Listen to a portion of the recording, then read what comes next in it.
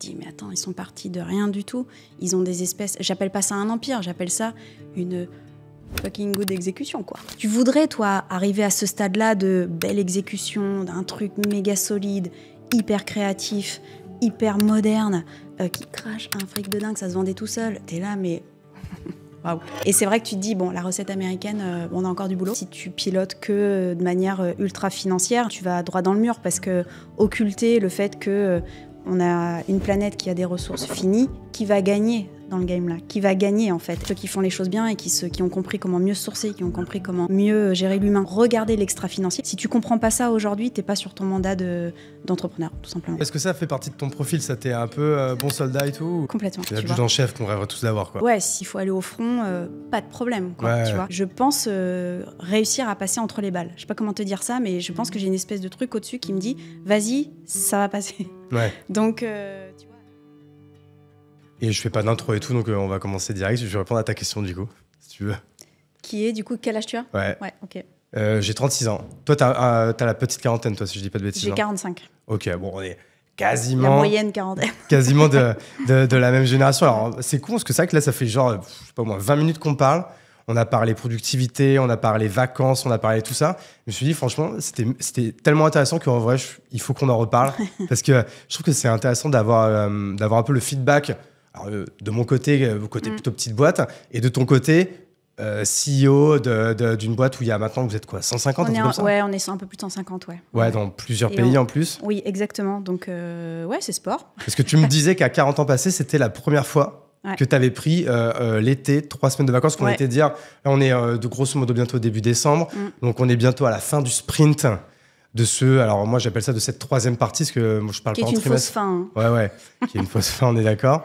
Mais que du coup, en fait, pour pouvoir mieux l'assimiler, c'était quand même bien de quand même bien se reposer l'été, quoi. Exactement. Et en fait, je me rends compte que, tu vois, il y a plein de personnes pour qui le reset, on va dire, c'est le 1er janvier, quoi. Tu vois, c'est justement pendant cette période Noël, jour de l'an. Moi, c'est clairement fin août, début septembre, c'est la rentrée des gamins, quoi, grosso modo.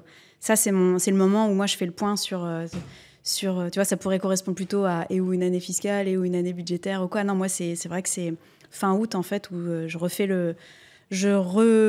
relève les compteurs, en fait, de qu'est-ce qui a fonctionné, qu'est-ce qui n'a pas fonctionné, tu vois, avec la tête beaucoup plus reposée. Et pour la première fois de ma vie professionnelle, c'est-à-dire les quelques années de salariat que j'ai eu avant, et ensuite première boîte et deuxième boîte, c'est la première fois que je prends 3 semaines d'affilée. Ouais. Alors oui, c'est pas 3 semaines où tu poses complètement le crayon, etc., on va dire, mais...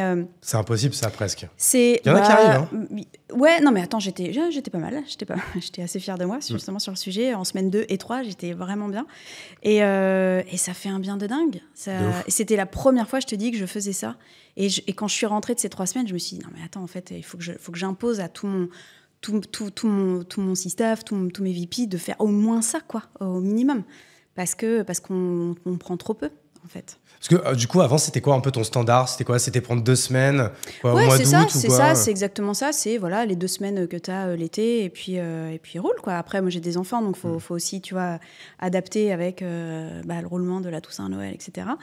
Février, avril. Donc, tu prends toujours un petit peu partout, tu vois. Mais c'est des petits jours. Tu te prends genre des week-ends de 3-4 jours. Ce petit peu-là, il n'est pas suffisant. Et c'est vrai que les 3 semaines d'affilée, je le recommande vraiment à tout le monde parce que c'est pas tout le monde qui a envie de faire 3 semaines, tu vois. Ouais. Parce que tu te dis, bah non, surtout quand tu es entrepreneur, je peux pas montrer que je pars 3 semaines. Il y a aussi une espèce de flagellation sur tu vois, le travail, quoi. Tu vois, ce que tu veux montrer, etc., ce qui est complètement débile. Mais oui, je pense qu'on a quand même un peu passé ça maintenant en 2024. Quand même, ça dépend, tu vois. Puis après, il y a les clients avec qui tu travailles, il y a les partenaires, il y a tout un tas de choses, en fait, qui font que parfois 3 semaines, c'est très compliqué à apprendre. Ouais.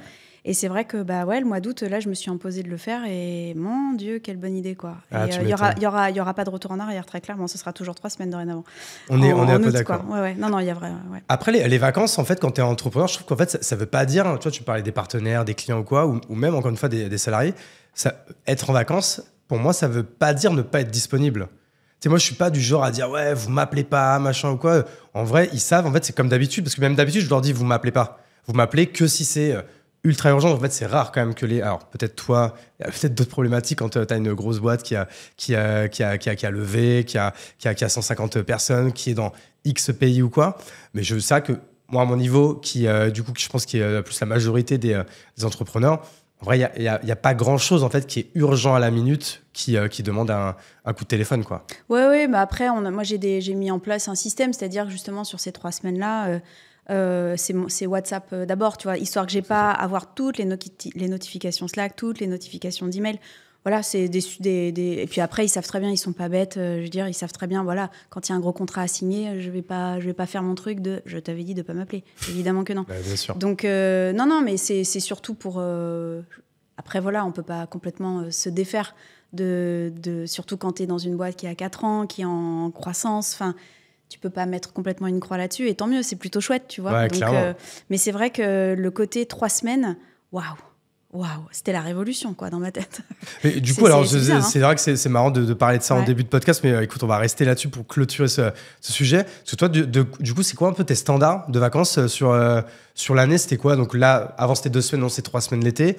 Exactement. Évidemment, Et des non, jours mais à moi, Noël. après, c'est très, très basique. Et Ouais. comme la plupart des gens qui ont des enfants, c'est très aligné sur les vacances scolaires, quoi. Ok, c'est que tu prends C'est quelques jours, quoi. Quelques en fait. jours à chaque vacances scolaires parce que déjà, il y a les sujets de garde, parce que voilà. Et t'es pas du genre aussi à... Parce que moi, je l'ai fait à un moment donné pendant plusieurs années. Alors, bon, je le fais pas cette année parce que j'ai pas de thune là. Mais tu vois, c'est de partir au soleil l'hiver. Ça, c'est pas un truc que t'as Non, mais essayé? alors moi, j'ai un autre élément dans l'équation, c'est le carbone. Donc, si tu veux partir au soleil Oui. quand tu es sur des sujets carbone, ça veut dire qu'a priori, tu fais pas mal d'avions. Oui, c'est vrai. Donc, tu vois, je peux pas. Ok. Éthiquement parlant, et puis même, non, c'est impossible, tu vois. Je ne peux plus faire. Je l'ai fait, je peux, mais c'est pas possible, quoi. Ok. C'est plus possible, en tout cas. Et après, non, moi, voilà, je suis très Europe. Et puis après, moi, j'ai la chance aussi de. Moi, je commute, je fais 1 semaine sur 2 à Paris, et la semaine où je ne suis pas à Paris, je suis chez moi, c'est-à-dire ma maison familiale, là où mes enfants sont scolarisés, et c'est au Segor. C'est Nios Ok. Océan, Parce que exactement. j'habite à Bordeaux, Ouais. donc j'habite Voilà. tout Moi, près. c'est Et au Nios Segor, on Océan, adore. ouais, exactement. Je dis Osgore parce que tout le monde voilà, met plus Ouais, facilement pas Osgore. possible. On va le dire à la Girondine. Donc voilà, donc si tu veux, il y a quand même un effet déjà 1 semaine sur 2 à l'océan qui est de toute façon bénéfique, quoi. Et si c'est pas indiscret, t'habites où au Segor t'habites à côté plutôt dans le quartier là où il y a le lac ou quoi, ou t'es Je suis aux Estagnos. Ah oui, donc t'es bien. Je suis pas mal. C'est pas mal, ok. Écoute, Rachel, on va essayer de faire quand même quelque chose d'un peu moins décousu. On va faire un peu une vraie intro. Moi, ce qui m'intéresse, c'est toujours de savoir, en fait, de comprendre un peu les parcours des entrepreneurs. Comment, du coup, t'en es arrivé à être une. Alors, t'aimes bien, toi, qu'on dise repeat entrepreneur ou pas? Toi, c'est quoi, c'est ta 2e ou 3e boîte, là? Ce n'est que ma 2e, donc repeat, quand c'est que ta numéro 2, je sais pas, tu vois, c'est sûr que t'es Second time entrepreneur. Non, mais tu vois, t'es un serial killer au bout de 2 meurtres, tu vois, mais le serial entrepreneur au bout de 2 boîtes, je sais pas. Ouais, non, ok, non, t'as raison.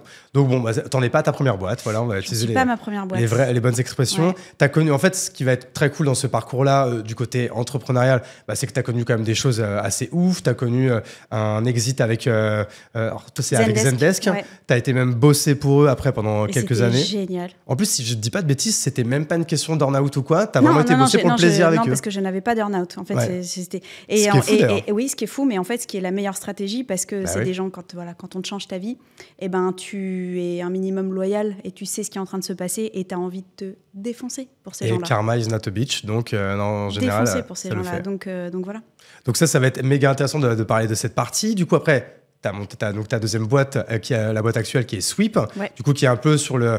Alors, je ne sais pas si je vais utiliser les bons mots, sur un peu le monitoring de la décarbonisation des entreprises. Je fais grosso modo Alors oui, tu as raison.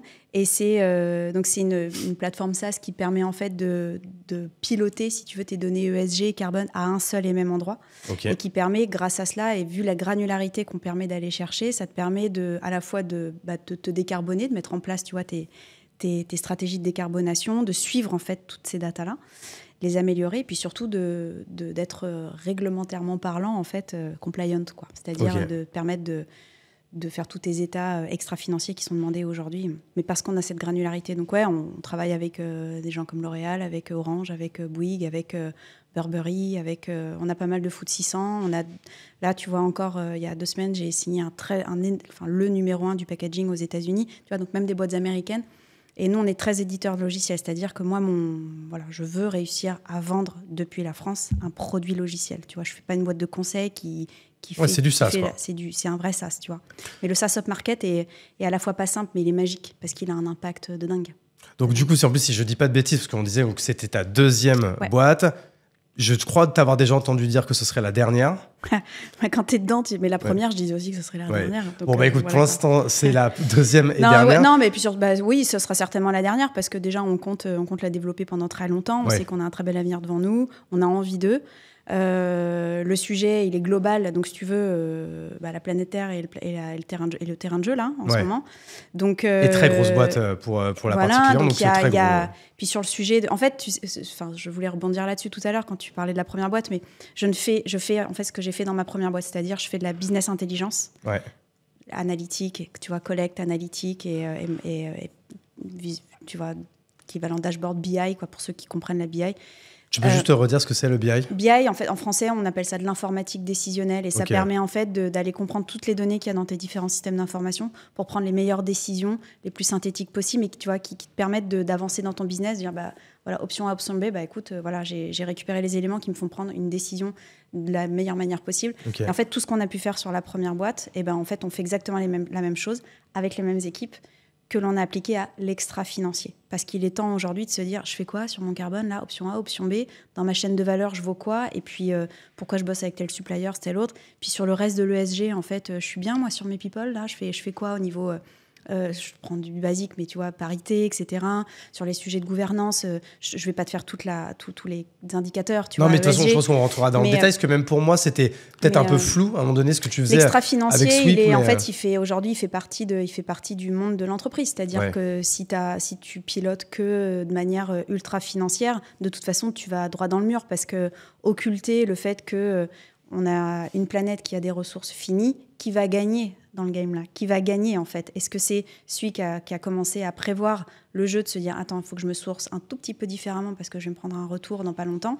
Donc tu vois, et ça, quand tu penses comme ça, quand tu penses voilà, on est sur ce même bout de terrain grosso modo. Tu vas parler de croissance, moi j'ai aucun problème à parler de croissance. De toute façon, il y aura des perdants. Et si les perdants, c'est ceux qui font le pire aujourd'hui, tant mieux, évidemment. Tu vois. En revanche, ceux qui font les choses bien et qui ont compris comment mieux sourcer, qui ont compris comment mieux gérer l'humain, comment mieux s'occuper de l'humain, comment mieux s'occuper de ces ressources-là. Donc, regarder l'extra-financier, pas juste un PNL financier, tu vois. Ça, c'est notre mandat à nous de PDG de boîte, si tu veux, d'assurer cette compréhension-là. Si tu comprends pas ça aujourd'hui, t'es pas sur ton mandat d'entrepreneur, tout simplement. Et ça, en fait, il y a peut-être plein de gens aujourd'hui qui pensent que c'est peut-être pas le plus important, mais en tout cas, toi, ton instinct te dit, et je pense que d'ailleurs, tous tes actionnaires, parce que tu as levé un peu moins ou un peu plus de 100 millions d'euros en 3-4 ans. Alors, en dollars, on y est pile à 100 millions. Ok, tu vois, j'avais c'est ça qu'on dit en dollars, parce qu'il se trouve que pour le coup, ça pile... Donc, du coup, a priori, l'instinct que tu as eu avec tes associés ou t'es toute seule ? Non, j'ai des associés, j'ai 2 associés, et 2 d'ailleurs, ça fait 15 ans qu'on cravache ensemble sur la première boîte chez Zendesk. Voilà. Ok, donc avec tes associés, en fait, c'est l'instinct que vous avez eu, et a priori, vous n'êtes pas les seuls à l'avoir, puisque en fait, vous avez tout de suite été ultra suivis. Alors, certainement que votre background et ce que vous avez fait aussi avant a compté et a impliqué de la confiance là-dessus. Donc voilà, donc c'est un peu tout ce parcours, donc quand même qui est assez riche, où il s'est passé quand même plein de trucs un peu cool, et j'ai hâte d'avoir... Sur les sujets de data, quoi. Parce que nous, on est des geeks de la data, très clairement.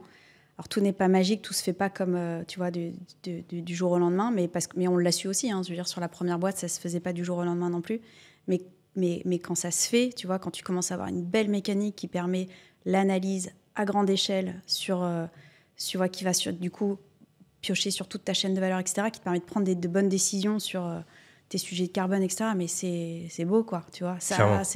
Moi, ça me fait rêver.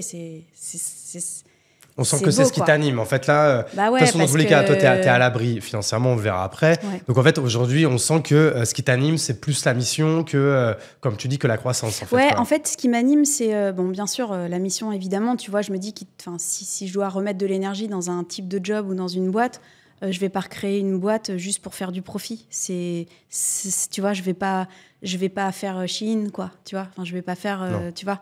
Donc, il faut au moins que cette énergie-là, avec le réseau que j'ai, ça serve au moins à une mission de ce genre, tu vois. Après, je suis la première à dire, moi, j'étais pas du tout éduquée sur le sujet.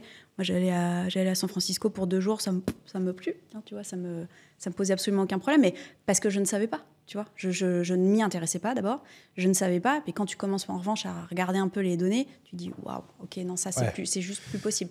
Bref, tout ça pour dire que. Hello, je m'appelle Hugo Benz, entrepreneur depuis plus de 10 ans, créateur de contenu et surtout passionné d'organisation et de productivité. Aujourd'hui, je veux partager avec toi la formation la plus complète du marché francophone sur l'organisation et la productivité. Je l'ai appelée la Bible de l'orga. Il y a 6 ans, je vivais un vrai chaos. Tout semblait m'échapper. Jusqu'au jour où j'ai compris que la clé n'était pas de gagner du temps, mais d'arrêter d'en perdre. Depuis, j'ai structuré ma vie autour de cette idée et j'ai littéralement changé ma façon de travailler et de vivre. Ça fait maintenant 3 ans que je partage quotidiennement mes itérations, mes progrès, mes échecs sur les domaines de l'organisation et de la productivité, que je les partage avec vous sur LinkedIn, via mes newsletters, en podcast. Et aujourd'hui, je vais encore plus loin avec 37 modules vidéo inédits dans lesquels je dévoile une méthode que je n'ai jamais partagée ailleurs. Une méthode qui fonctionne pour moi, pour mes employés et pour les dizaines de CEO que j'ai eu l'opportunité de coacher. Cette formation, c'est bien plus que des hacks, c'est un véritable système. Parce que tu le sais, les amateurs ont un objectif, mais les experts ont une méthode. Et je vais t'apprendre à créer la tienne. En suivant cette formation, tu vas rapidement reprendre le contrôle de ton temps, pas seulement pour moins travailler, mais surtout pour être libre. Libre de choisir ce qui compte vraiment pour toi. Libre de consacrer du temps à tes vrais objectifs. Et tu pourras voir les premiers changements hyper vite dans ta vie dès les premiers jours de cette formation. Avec mes 37 modules, tu auras accès à vie à des techniques et des outils que j'utilise au quotidien pour maximiser ma productivité. Et ce n'est pas tout, et je réserve à chaque membre un accès à une communauté et à plus de 500 000 € de remise sur tous les meilleurs outils de productivité et pas que. Alors si tu es prêt à reprendre le contrôle de ton temps et à transformer ta façon de travailler, cette formation est évidemment faite pour toi. Les premiers résultats arrivent dès les premiers jours. N'attends plus, rejoins-moi dès maintenant et démarre ta nouvelle transformation. C'est ici que tout se passe, sur le lien qui se trouve sous cette vidéo. Donc j'espère à très très vite. Ouais, ça m'anime. Mais c'est pas que la mission, en fait. Moi, c'est l'exécution, en fait. C'est la belle exécution qui m'anime. Et c'est pas simple, et c'est pas parfait, tu vois. Mais la belle exécution dans le temps, ça prend du temps de créer une belle chose, une belle exécution, que ce soit une belle maison, que ce soit une belle boîte, que ce soit un beau bébé. Enfin, tu vois, ça prend du temps, tu vois. Et le fait que tu le fasses ça à plusieurs, parce que dans nos boîtes de service, franchement, il y a que des humains, leurs décisions et un micro-ordi entre tout le monde, quoi. Ouais. Tu vois, c'est que ça. Donc c'est que, tu vois, de l'exécution de cerveau, de ok, qu'est-ce qu'on apporte.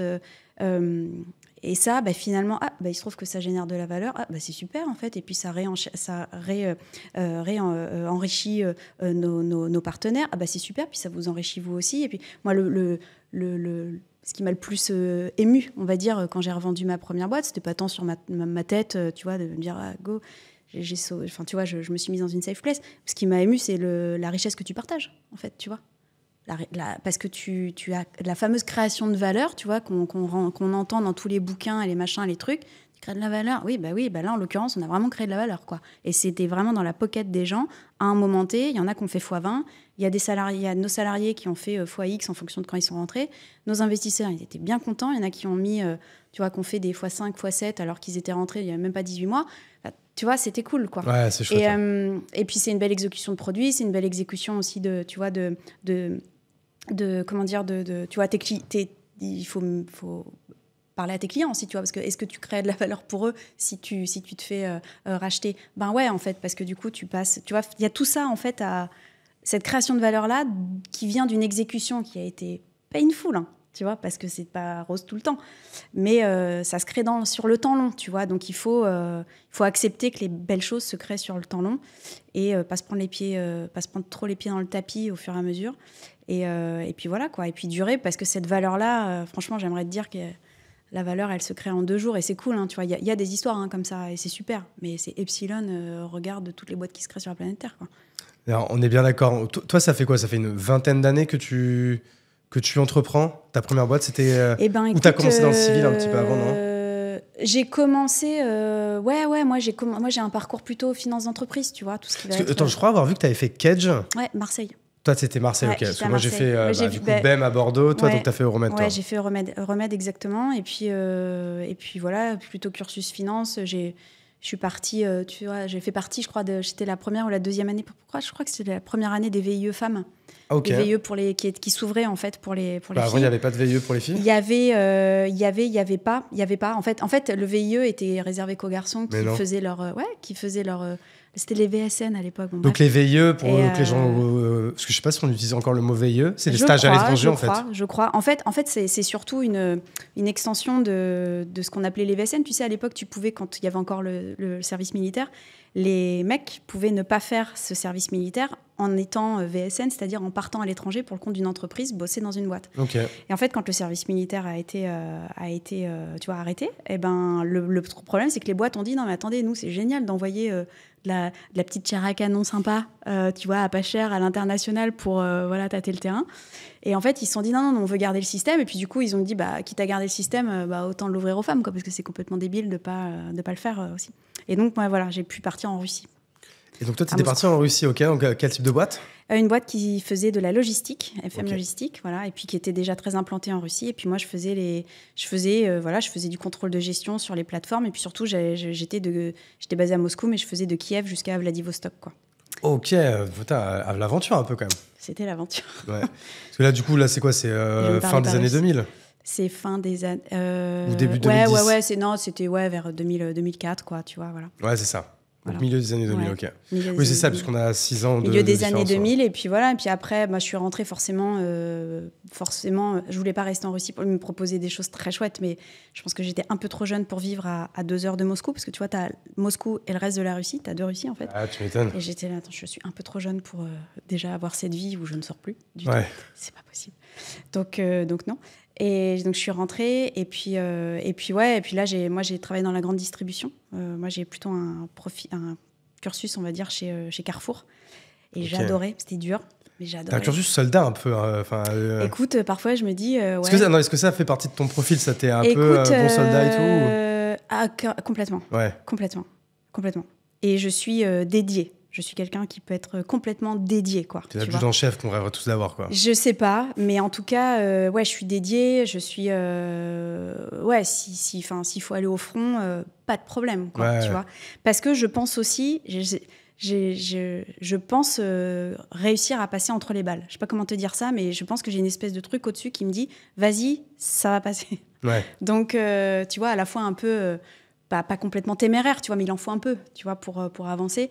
Mais voilà, tout ça pour revenir sur la grande distrib, en fait, j'avais besoin d'une école de gestion. Je sais pas comment te dire, mais j'avais besoin de comprendre la mécanique à très grande échelle des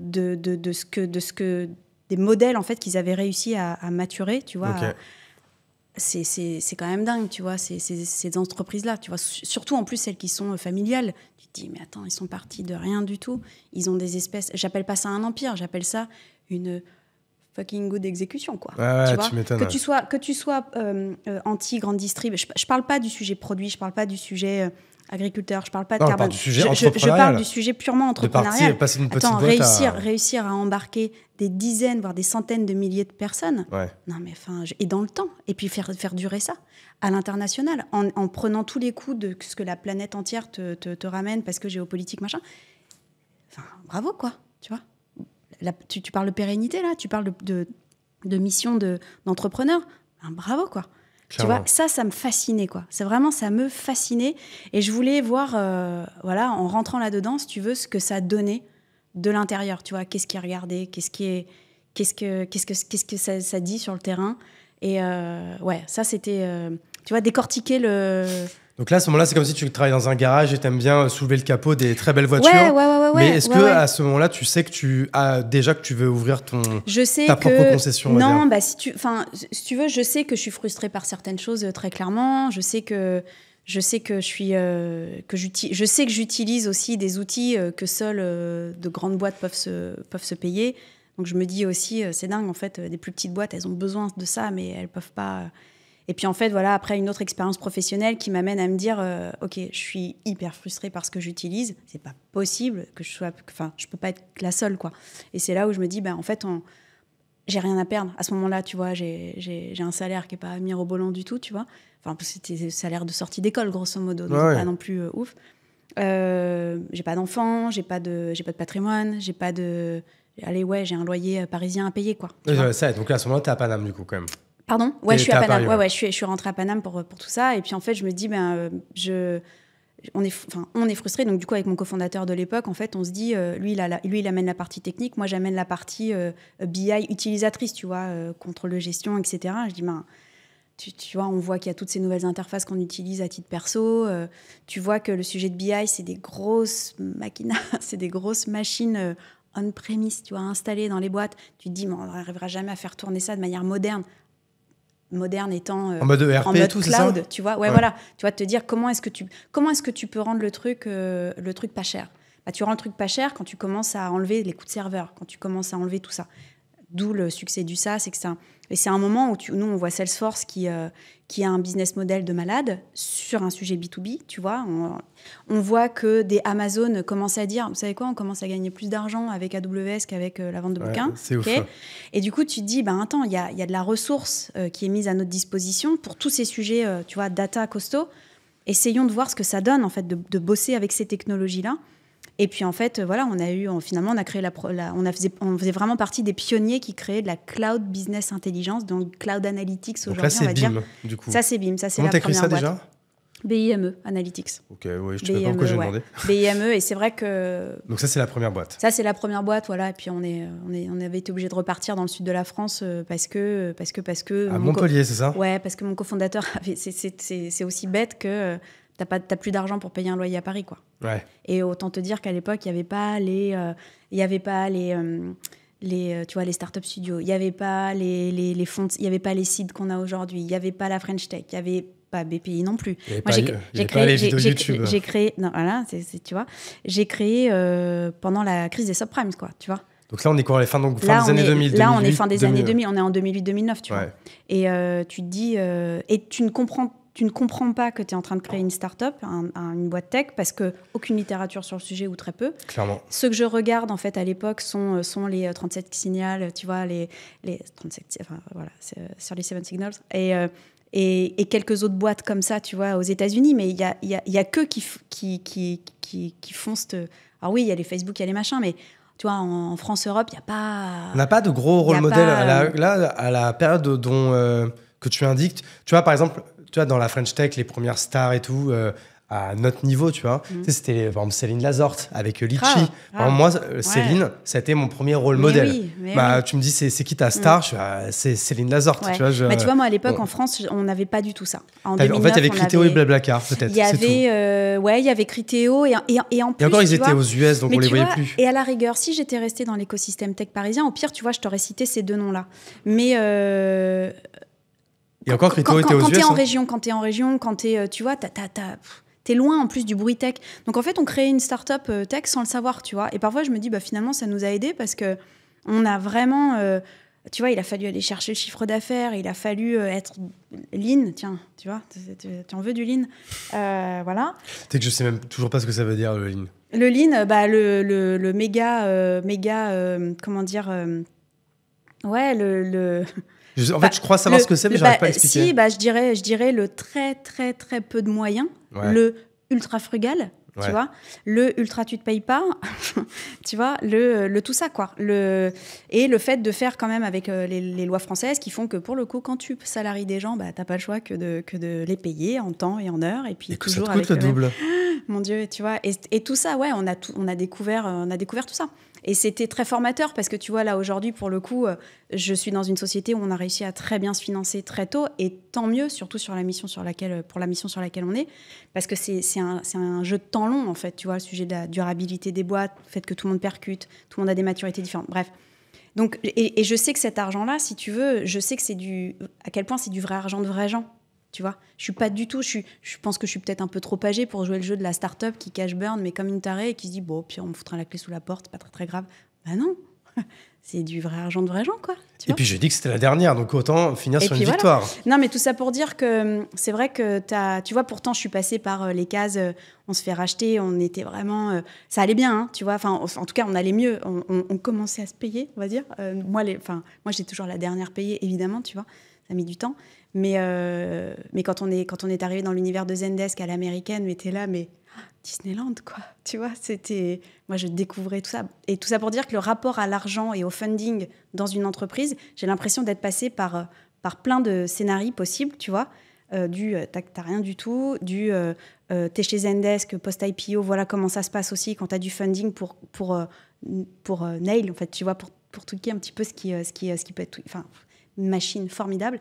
Et puis aujourd'hui, tu vois, Sweep, tu démarres direct, tu as un gros chèque sur la table et voilà, tu l'utilises à bon escient, comment, où. Tu sais quelle est la peine de chaque euro. Tu vois, vu que j'arrive avec ce background-là, je sais pas, il y a un côté peut-être qui pourrait être peut-être un peu trop conservateur, mais je crois qu'en fait, aujourd'hui, ça nous donne raison, quoi. Tu vois.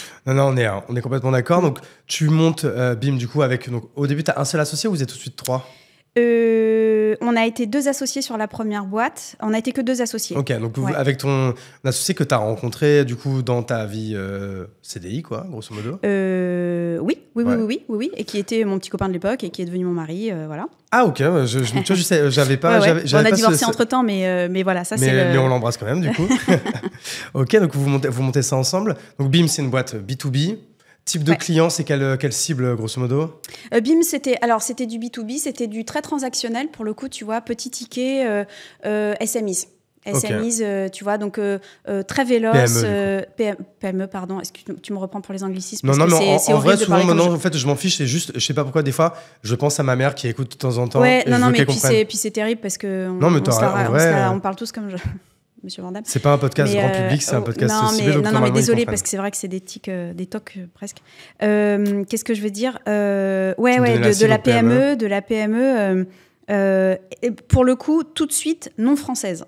Ok. Donc en fait, et ce qui était génial, parce qu'on se disait, waouh, c'est dingue, on est à Montpellier, enfin on est en France, quoi. Et en fait, 80-90% de notre chiffre d'affaires est réalisé à l'étranger. C'est fou ça. Waouh. Vous répondiez à quelle problématique déjà ? Problématique de personnes qui devaient aller plus loin qu'une utilisation Excel avec des tableaux croisés et un peu de graphes, tu vois. Ouais. Des personnes qui avaient envie d'avoir un vrai outil qui permette d'aller chercher dans toutes les différentes sources de données sans avoir à retravailler ces données-là en entrée pour Excel, tu vois. Puis Excel, à un moment donné aussi, tu as un nombre de lignes que tu peux pas... Voilà.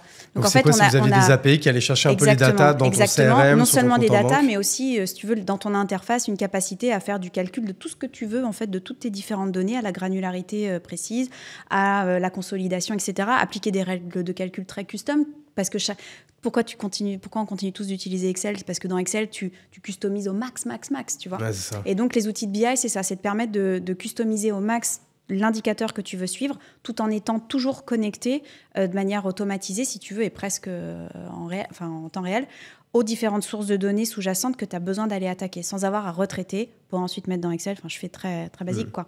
Non, bien sûr. Mais c'est ça. Et en fait, aujourd'hui, ce qu'on fait, c'est un peu la même chose, sauf que ça attaque les données qui sont des données dites extra-financières, ou ça attaque des données de chaîne de production, de remontée de caisse, etc., mais qui veulent dire quelque chose d'un point de vue carbone. Et donc, en fait, c'est plus compliqué chez Sweep parce qu'on a aussi il faut aller transformer ces pixels de data-là en carbone. Donc, il faut appliquer des règles intermédiaires, si tu veux, ce que je n'avais pas à faire dans la BI d'avant. Mais c'est passionnant. Okay. Et on en a besoin. Et alors moi, du coup, je pense que tu l'as dit toi-même, et moi, c'est ce que je ressens quand je t'écoute. Et en fait, je fais toujours un mix entre les deux boîtes. Tu vois, je passe toujours de l'une à l'autre parce qu'il y a beaucoup de similarités. En vrai, c'est très bien. Je vais pas réussir à te faire un truc très chronologique. Mais moi, je déteste les podcasts Wikipédia. Parce que du coup, voilà, tu vois, à chaque fois, ça fait tellement écho à ce qu'on a appris auparavant, ce qu'on crée aujourd'hui. Je me sers moi de la chronologie en fait pour toujours avoir un peu un fil conducteur. Mais ce qui m'intéresse, c'est les sujets plutôt que le côté Wikipédia, quoi. Mais donc, du coup, alors, par contre, moi, ce que je ressens, en fait, c'est on sent la grosse capacité d'exécution, quoi, parce qu'en fait, pour BIM, pareil, j'ai l'impression que ça a été quand même assez rapide. C'est quoi ? C'est une aventure entre... 6 ans. Oui, mais 6 ans avec le rachat au milieu. Le rachat au bout de 6 ans. Le rachat au bout de 6 ans. Ok, donc c'est quand même court. Sur le papier, c'est court. Quand t'es dedans, t'as l'impression que t'en es à 40 ans. Non, ce qui est court, sur le papier, c'est très court. Après, c'est vrai que quand t'es dedans, puis tu te dis, ça va jamais s'arrêter. Et du coup, juste, alors, parce qu'on va peut-être pas, encore une fois, rentrer trop dans le détail, parce qu'en plus, moi, c'est plus de parler de Sweep après qui m'intéresse, mais quand même, on est obligé de parler de cet aspect-là, parce que ça doit être quand même incroyable, cette rencontre, du coup, culturelle avec nos amis de Zendesk, parce qu'après, du coup, tu as été bosser chez eux là-bas. Tes équipes, une grosse partie de tes équipes moi, aussi. J'aimerais que tu racontes juste comment ça s'est passé. Je remercie le karma pour tout ça, parce que si tu veux, tu vois, ces boîtes américaines, ces boîtes tech américaines, elles ont une capacité d'exécution de dingue, etc. Mais qui est liée à quoi? Au fait qu'ils en sont à au moins 3 générations de plus que nous, on va dire, sur tu vois, le côté repeat, le côté GSM, en fait, tu vois. J'ai fait partie tu vois, les fameuses mafias, les mafias PayPal, etc. Ils sont... Tu vois, nous, on commence à avoir certaines mafias en Europe, certaines mafias en France, tu vois. Ouais. Qui, voilà, j'ai fait partie de telle grosse boîte française qui a été rachetée. Maintenant, je recrée ma boîte. Ah bah tiens, ouais, c'est les anciens de telle boîte. Bon, avant, t'avais ex-Google, ex-Meta, ex-PayPal, ouais, etc. Voilà. Nous, on commence à avoir des fois ex-Blablacar, ex-machin, et c'est très bien. Et c'est très bien. Sauf que si tu veux, on est... Et ça sera on sera mécaniquement toujours à la bourre, parce qu'il y a un côté génération, dans le sujet de des générations, tu vois. Eux, ils en sont déjà, tu vois, ils avaient déjà de très belles boîtes, tu vois, des fins des années 90, tu vois. Donc, en fait, il y a ce côté, ils sont à 2-3 générations, tu vois, d'entrepreneurs. Hein, je parle pas de génération, mais d'entrepreneurs, tu vois. Donc, il y a eu 1 milliard de learnings supplémentaires. Ils ont une capacité, quand eux, ils exécutent, les gars, franchement, ils exécutent sur un terrain de jeu domestique, hein, qui n'a pas du tout les mêmes contraintes que notre terrain de jeu européano-domestico, voilà, tu vois, avec quand tu vas justement, quand tu vas de Biarritz à Mulhouse, c'est pas quand tu vas de SF à New York, quoi. Exactement, donc si tu veux entraîner tes modèles, entraîner ton produit dans une première année de boîte, avec déjà beaucoup de learnings de ceux qui sont passés auparavant, de ce qui marche pas. Ils avaient déjà une littérature de fou, eux, hein, tu vois, sur tous ces sujets. En plus, tu vois, un terrain géographique, avec quand tu fais du B2C, mais t'imagines la manne, en fait, de learnings liés à l'entraînement de ton produit, ton modèle, qu'est-ce qui fonctionne, qu'est-ce qui fonctionne pas. Donc, qu'on a du mal à entraîner sur ces volumes, enfin à ces échelles-là, hein, tu vois, évidemment. Donc, bref, je me retrouve dans une boîte américaine qui, en fait, est déjà en train de... À quoi? C'est une boîte qui a 2 ans de plus que moi, grosso modo. Ah ok. Juste, c'est eux qui viennent vers toi ou c'est toi qui vas vers eux? Ah non, c'est eux qui sont venus vers nous, complètement, presque par hasard. Donc vous avez vendu par opportunisme ou vous étiez vraiment vendeur à ce moment-là? Ah non, on n'était pas du tout vendeur. Moi, j'étais en levée de fonds. Enfin, je commençais à me mettre dans le mood de la série B. Parce qu'on avait coché toutes les cases qu'il fallait, surtout aux États-Unis, et que je savais à l'époque que je pouvais aller chercher, à l'époque, hein, tu vois, en 2014, je savais que je pouvais aller en 2015, ouais, je pouvais aller chercher un 10-15 millions de série B, ce qui était vraiment pas dégueu. Ce qui était pas mal à l'époque. Ce qui était pas mal à l'époque, mais parce que tous mes signaux étaient ouverts, on avait vraiment une belle boîte, tu vois. Et en fait, voilà, ils ont ils ont été surpris d'avoir accès aux produits aussi facilement, en fait, parce que nous, on était, vu qu'on était pour des PME, si tu veux, on mettait ce SaaS à dispo. Dans toute son... Voilà, on n'était pas dans de l'ultra-restriction, parce qu'on avait ce modèle très véloce, très transactionnel et tout. Et en fait, ils ont réussi à utiliser le produit et ils se sont rendus compte de la profondeur, en fait, du produit à laquelle ils avaient accès. Et c'est là où ils se sont dit, merde, c'est exactement de ça dont on a besoin. Et en fait, ils étaient en train de quasiment de closer... ils étaient vraiment dans les dernières steps de discussion, de négociation avec une boîte américaine qui était un de nos concurrents, on va dire, aux États-Unis. Et ils nous ont trouvés, ils ont dit, hop, ok, on stoppe tout. En fait, il y a une profondeur produit qu'on n'avait pas du tout chez les autres. Et c'est quoi? C'est parce que vous aviez vraiment une tech de ouf ou On avait une tech de ouf, ouais. On avait une tech de ouf BI, donc analytique, qui en fait correspondait à ce que leurs clients, à eux, leur demandaient. C'est-à-dire, eux, ils faisaient du customer support. Puis à un moment donné, les clients disaient, en fait, c'est génial, mais vous avez... Il y a un volume de data qu'on aimerait pouvoir analyser qui remonte de nos clients sur les sujets de support. Tu vois, t'es un Shopify, tu vois, t'as envie de savoir en fait tout ce qui rentre. Tu vois ce que je veux dire, t'es un SaaS. Et toutes ces données-là, et en fait, Zendesk disait, ouais, mais bon, c'est l'analytique, c'est encore un autre métier, quoi, tu vois. Et en fait, nous, ils nous ont racheté pour embarquer en fait la technologie dans leurs produits. Okay. Donc et en fait du jour au lendemain, nous... Ils voulaient manger la marque et juste reprendre la techno. Eux, ils étaient ils étaient quoi, 2 ans post-IPO, un truc comme ça. Ils avaient fait en 2013, 2015, ils nous rachètent. Je veux dire, c'était pas notre portefeuille client qui les intéressait. C'était juste la techno. C'était la techno, même s'ils nous ont dit quand même, franchement là, sur le standalone, c'est-à-dire sur le produit qui continue de tourner, vous continuez de faire des millions alors qu'il y a 2 mecs qui font à peine de la maintenance. Enfin, c'est quand même un beau business. Ouais, c'est fou. Ouais. Donc, en fait, ils ont surtout intégré la technologie. C'était d'abord pour ça. Et puis après, nous, on s'est presque... Je dis pas qu'on s'est autosuffi, tu vois, mais tout ce qui continue d'être généré avec le standalone, en fait, ils étaient très contents parce qu'ils couvraient un max de coûts, quoi, nous concernant. Mais ouais, c'était... tu rentres dans cette... Donc, les gars n'ont sur le papier que 2 ans de plus que toi. Ils sont déjà post-IPO. Enfin, une accélération de malade. Ouais. À l'américaine, quoi, tu vois. Et le peu de littérature que je lisais, et parce que, voilà, pas forcément méga accès à tout, mais, tu vois, les 37 signals, etc., moi, je rêvais d'être dans leurs shoes à ces gars. Ils me faisaient rêver, ces types. Et je me retrouve rachetée par une boîte américaine qui est en ultra hyper croissance, même post-IPO. Et tu rentres chez Disneyland, quoi. En tant qu'entrepreneur, c'est le Graal, parce que tu voudrais, toi, être comme ça. C'était à San Francisco, du coup ? Ouais. Tu voudrais, toi, arriver à ce stade-là de belle exécution, d'un truc méga solide, hyper créatif, hyper moderne, qui crache un fric de dingue, ça se vendait tout seul. T'es là, mais waouh.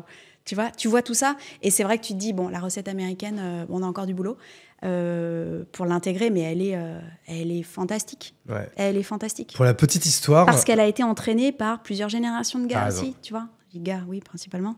Mais tu vois, elle a été entraînée. Et ils en sont là aussi, tu vois. Il y aura... Nous, il faut qu'on aille très, très vite pour masquer, en fait, ces quelques générations qu'on a de moins, tu vois, dans le...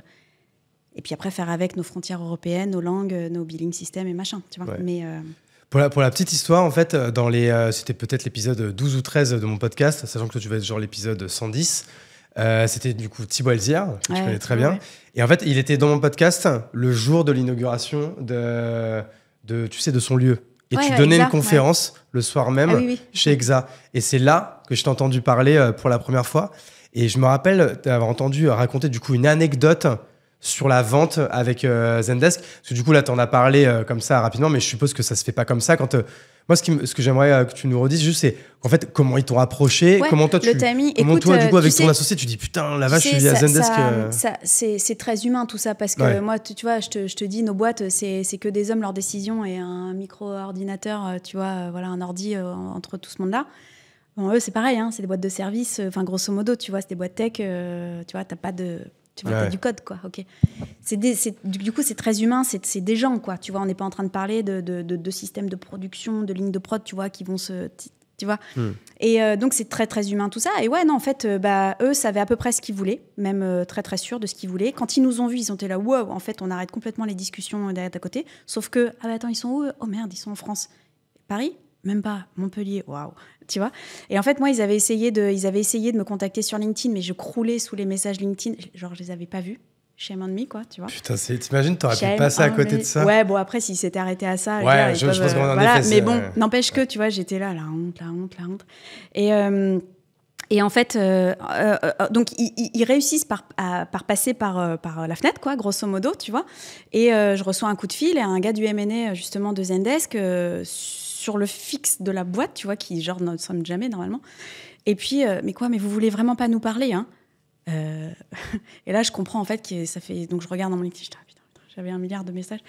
Et donc, et je pense, finalement, qu'il y a eu un gros FOMO. Ah, mais en fait, ça se trouve, ça t'a aidé de ouf, en fait. Finalement, je pense que ça m'a aidé. Il se trouve que... Donc, il dit, OK, bon, je leur dis, vous savez quoi, pas de problème. On se parle demain, on vous fait une démo, on répond à vos questions, on est très ouverts, culture de la transparence, voilà... S'il avait fallu qu'on ait peur de vous, on aurait déjà eu peur de vous, donc bon, disons-nous les choses, quoi. Bref. Et en fait, on fait une visio, tu vois, on leur fait une démo produit avec mon cofondateur, et puis en fait, les mecs, ça leur plaît vraiment, ça leur plaît d'entendre parler de la roadmap, tu vois, du type de use case, de clients qu'on adresse, etc. Et puis en fait, ils nous disent, vous savez quoi, on est jeudi, lundi on débarque. Bravo, tu vois, ok, lundi tu débarques, très bien. Les mecs sont trop chauds, quoi, San Francisco, Montpellier, quoi. Et en fait, t'es là, bon, d'accord, ok, vous débarquez direct. Et en fait, donc, le lundi, il débarque. Et en fait, au lieu de débarquer à seulement 2, c'est-à-dire un tech et le gars du M&A, il débarque en fait avec un des cofondateurs de Zendesk. Donc, un des gars, un des 3, quoi. Tu vois, il débarque avec Morten. Et là, chic, tu vois. Sauf que, il se trouve qu'il venait 2 jours. Et il se trouve que moi, j'avais un gros rendez-vous à Paris avec Google. Et parce que sur les histoires parce qu'on se connectait de manière... On était la première Cloud BI à se connecter à Google BigQuery. Et donc, on avait le vent en poupe, on va dire, chez Google aussi, qui voulait absolument nous avoir sur des events, etc., pour faire du showcase, en fait, de leurs produits. Parce qu'eux, ils n'avaient pas grand-chose à montrer, sauf à avoir de la BI, en fait, tu vois, au-dessus. Donc, on a fait Google I.O. pour ça, avec eux et tout, tu vois. C'était chic, hein. T'es sur la scène de Google I.O., s'il te plaît. Trop stylé. Ouais, t'es stylé. Et Carbone, San Francisco, bref. Et je rigole, mais... et en fait, et moi, je leur dis, par contre, les gars, au moins sur une grosse après-midi, je vous laisse entre les mains de mon cofondateur. Moi, je dois aller chez Google parce que voilà, Google BigQuery. Et je pense qu'il y a eu la double rasade de FOMO, tu vois, de dire, oh putain, elle part, tu vois, éventuellement chez Google, machin. Donc sans absolument le vouloir, hein, tu vois, sans faire une espèce. On n'avait pas du tout eu le temps d'engineer un quelconque pas de danse. J'ai aidé, est-ce que vous étiez peut-être accompagné aussi quand même là-dessus? Pas je du suppose tout. que oui, non? Pas Même du pas tout. Pas du tout. Mais pas du tout. Mais parce que rappelle. Je pense pas à te dire, je vais appeler quand même peut-être un avocat qui est spécialisé en M&A ou un truc comme ça. Mais j'appelle qui est spécialisé en M&A en France en pas, 2014? Tu tapes dans Google, avocat M&A, j'en sais rien. Tu vois, alors j'étais bien accompagnée parce que en Serie A, il se trouve qu'on avait fait avec Alven, on était avec Jones Day. Alven était avec Jones Day et moi j'apprécie énormément Alexandre Wibo avec qui je bosse maintenant du coup depuis 15 ans. C'est vraiment quelqu'un de un peu moins de 15 ans mais pas quasi qui nous a beaucoup aidés, etc. Mais lui, il avait la lumière, on va dire, tu vois. C'est-à-dire ils étaient contents de ça, Alven, ou pas? Non mais Alven, moi je ne déclenche aucune discussion quand il n'y a pas de concret, quand il n'y a rien. Donc en fait, on a géré le truc par nous-mêmes. Et ensuite, de toute façon, il y avait possiblement un vrai partenariat tech à aller chercher. Je ne vais pas appeler Alven pour, tu vois. Non, bien sûr. Tu vois.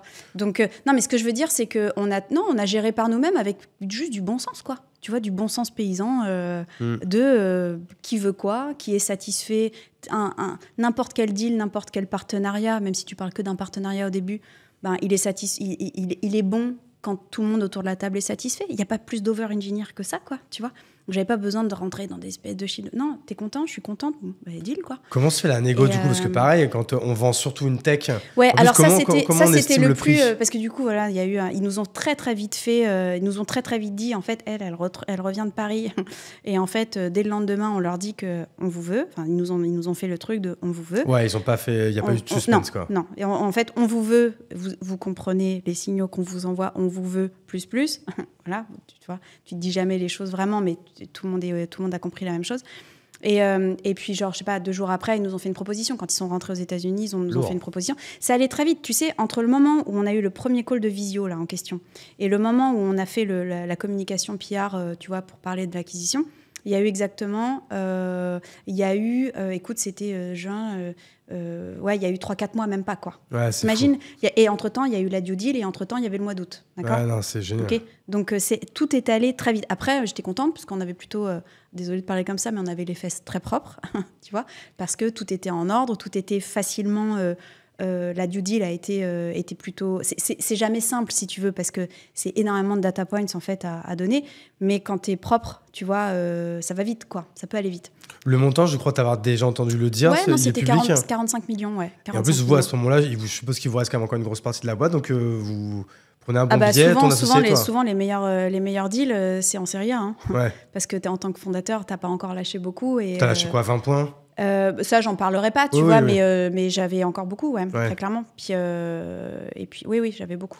Et là, donc à ce moment-là, ils vous proposent aussi de venir à San Francisco dans leurs locaux en tant que salarié, du coup, pour gérer. Du coup, je suppose que toi, dans ton cas, gérer, du coup, la partie en fait la partie tech qu'ils allaient manger avec vous, quoi, avec Bill. T'as un sujet, forcément, ils acquièrent en fait une technologie, ils acquièrent des gens qui font la technologie. Donc du coup, il y a comment est-ce que... Et eux, ils ont une urgence aussi. Donc tu vois, quelle est l'urgence, est-ce qu'on s'est bien tous compris, tu vois, de comment est-ce qu'on peut connecter les tuyaux. T'as toujours des surprises, mais ça, c'est comme absolument partout.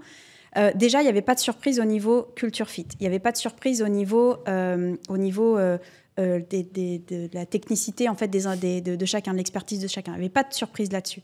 Il n'y avait pas de surprise sur le use case qu'on souhaitait tous adresser. Tu vois. Déjà, c'est énorme.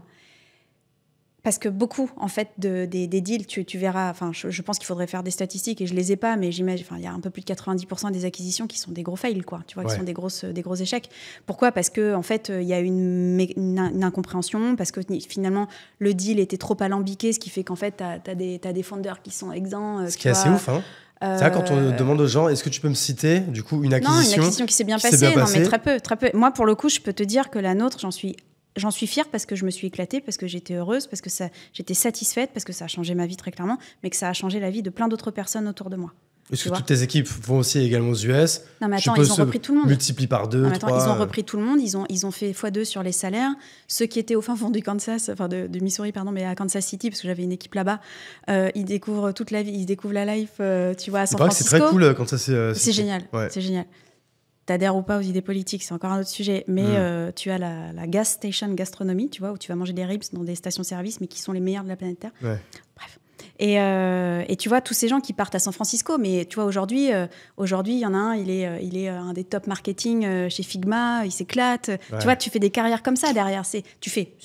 Ils sont responsables de leur... tu vois, ils ont créé leur carrière, mais tu as participé, en fait, à mettre des espèces de tremplins comme ça. Mais c'est génial, tu vois. C'est tout ce que tu veux en tant qu'entrepreneur, tu vois. C'est tout ça, quoi. Il y a tellement peu de satisfaction dans la vie d'un entrepreneur, tellement tu te prends des claques tout le temps. Ça, c'est typiquement le genre de satisfaction, mais qui sont, pour le coup... qui te font oublier tout le merdier quotidien. Sinon, on va pas se mentir. Désolée de parler comme ça. 80% du temps, c'est quand même douloureux, mais on aime bien quand même. Il y a des douloureuses, oui, ça c'est sûr. Ouais. Ok, donc toi, tu pars là-bas. Donc tu pars là-bas avec ton cofondateur ou sans lui? Non, moi je pars pas là-bas. Il me semblait que tu avais été bossé là-bas. Alors, tu vois, j'avais mal écouté. Non, en fait, alors j'y allais très souvent. C'est pour ça que j'ai une dette carbone. Donc toi, tu restes avec l'équipe française, quoi. Moi, je reste en France parce que il se trouve que quand j'ai été rachetée par Zendesk, il se trouve que je suis très enceinte. Ouais, c'est ça. Ouais, je suis très enceinte et que voilà, et que j'accouche post communication RP, quoi, grosso modo. Ah, c'était une bonne année quand même. Ah, c'était costaud, ouais. Et puis tu sais quoi, j'ai vendu à Zendesk. Moins d'un mois après, je perdais mon père, tu vois, 56 ans en plus, tu vois, trop, voilà. Et grosso modo, un mois après, j'accouchais de mon deuxième enfant, tu vois. Donc, c'était un trimestre, tu vois, sur une période de 3 mois. Je t'avoue que... En termes de psychologie, là, quand même... Ouais, il fallait s'accrocher. En fait, tu débranches. Tu penses plus parce que si tu te mets à penser, t'es dans un...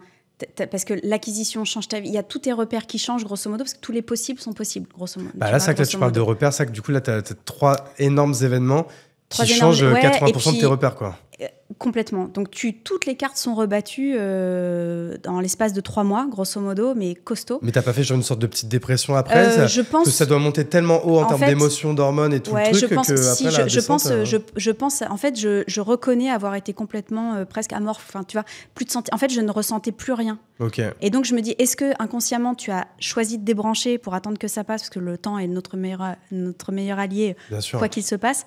Donc, je me suis dit, est-ce qu'inconsciemment, tu t'es protégée en débranchant et en n'ayant plus aucun sentiment, grosso modo. Mais je venais quand même d'accoucher d'un deuxième, tu vois. Donc, d'un micro-bébé, là. Et sachant que l'aîné n'avait que 6 ans, donc autant te dire que c'était petit tout aussi. Et donc, tu sais qu'il faut que ça passe, tu sais qu'il va falloir que ça passe vite, cette période-là. Tu vois, tu as aussi ton inconscient qui reste quand même tu as aussi un bout de conscience qui reste connecté en disant careful, vas-y mollo sur le timing du non-sentiment, parce que du plus à chaque fois que tu accouches, il se passe un truc quand même, du coup, parce que s'il a 6 ans, c'était au début de la boîte. Ah, mais le premier, il est né la première année de la première boîte. C'est ça, tu sais, le moment où on n'avait absolument pas d'argent. Ouais. Donc, non, tout ça, on est passé par là, mais. Non, très clairement, ça a été à la fois compliqué. Donc, je pense que le mécanisme de survie, j'ai envie de dire, c'était de débrancher, fait consciemment ou inconsciemment, mais de ne plus rien ressentir en attendant que ça passe, quoi, tu vois. Donc, mais c'était costaud. Et donc ça, on le disait tout à l'heure, 0 earn-out, vous avez touché 100%. Ouais, 0 earn-out. Moi, j'arrivais même pas à me dire c'est super ou c'est pas super. Évidemment, c'est super, mais j'arrivais même pas à me dire parce que, pareil, tu reprends, tu vois, pas de très peu de littérature sur le sujet. Donc, oui, c'est normal, on a eu 100% du truc. Non, Rachel, c'est pas normal, ça se passe pas comme ça d'habitude. Ah bon ? Mais tu vois, on n'a pas eu de. On n'imaginait pas au début à quel point c'était génial. Et en plus, ils nous ont mis énormément de RSU. Tu vois, c'est quoi, c'est qu'ils vous redonnent des stock options de part de la boîte, parce qu'ils ont envie qu'en plus on surperforme dans leur... Ils ont envie qu'on surperforme pour aller chercher un nouveau package d'argent, si tu veux. Ouais. Mais ils reconnaissaient, tu vois, la valeur de ce qu'ils avaient acheté pour nous donner les éléments, nous donner la totalité en jour 1.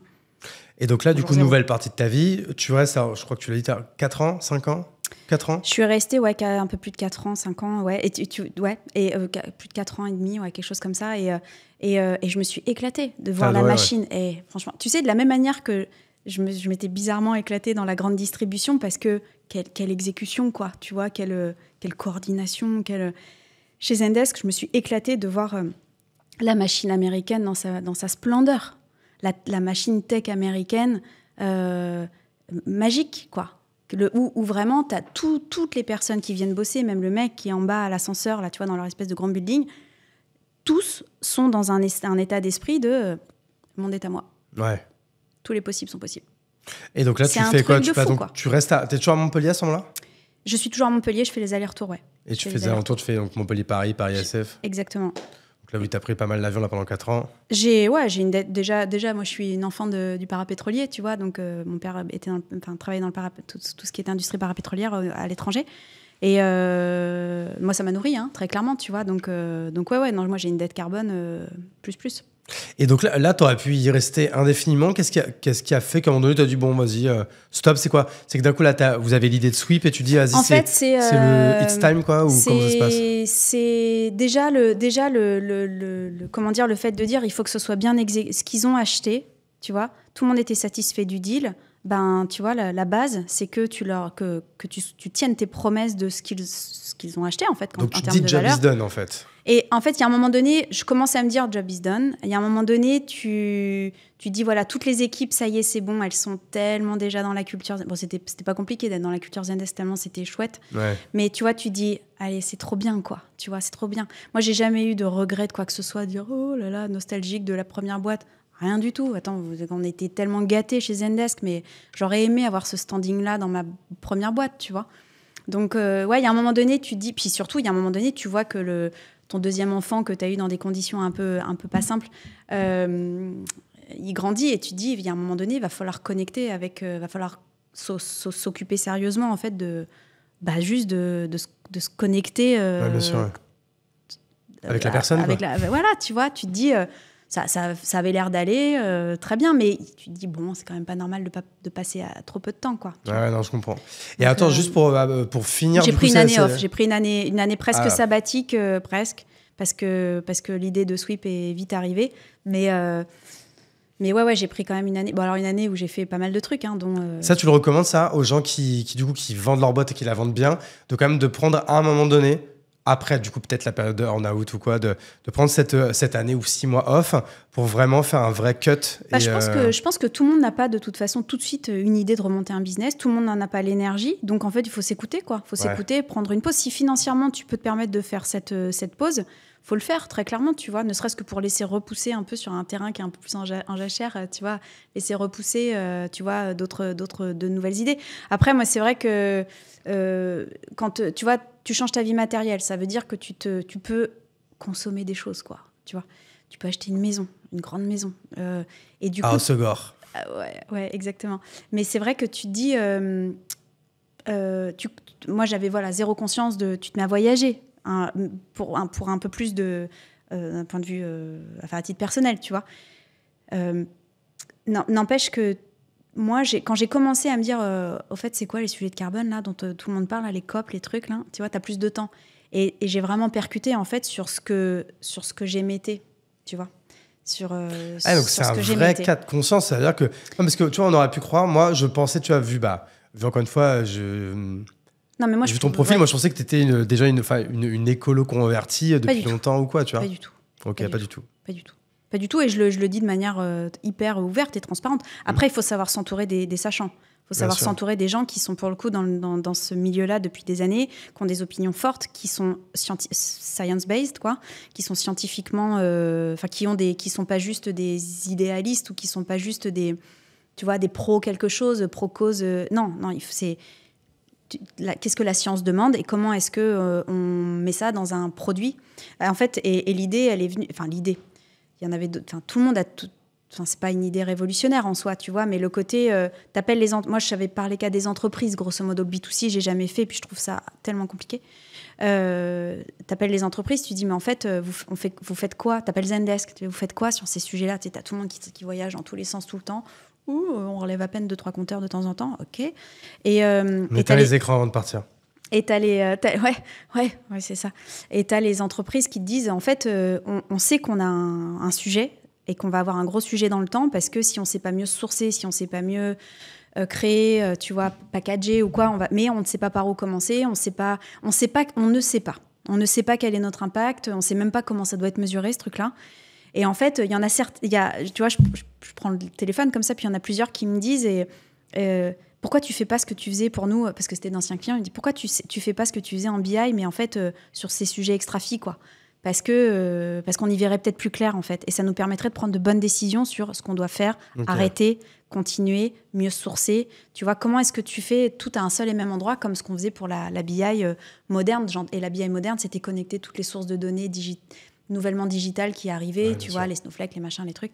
Et là, ils disent, toutes ces nouvelles données-là, en fait, elles sont dans des bases de données ou pas, mais comment est-ce que tu les fais arriver au même endroit avec une lecture scientifique de c'est bien ou c'est pas bien.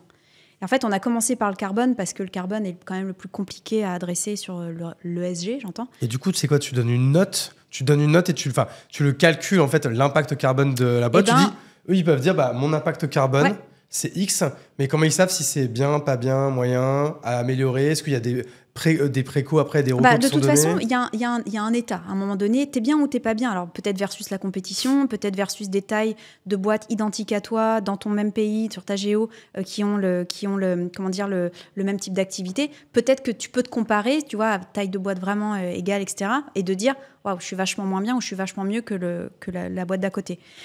Mais en soi, tu as un état de l'art, tu vois, tu as ta situation. Et en gros, c'est comment est-ce que je mets en place une trajectoire de réduction de mes émissions.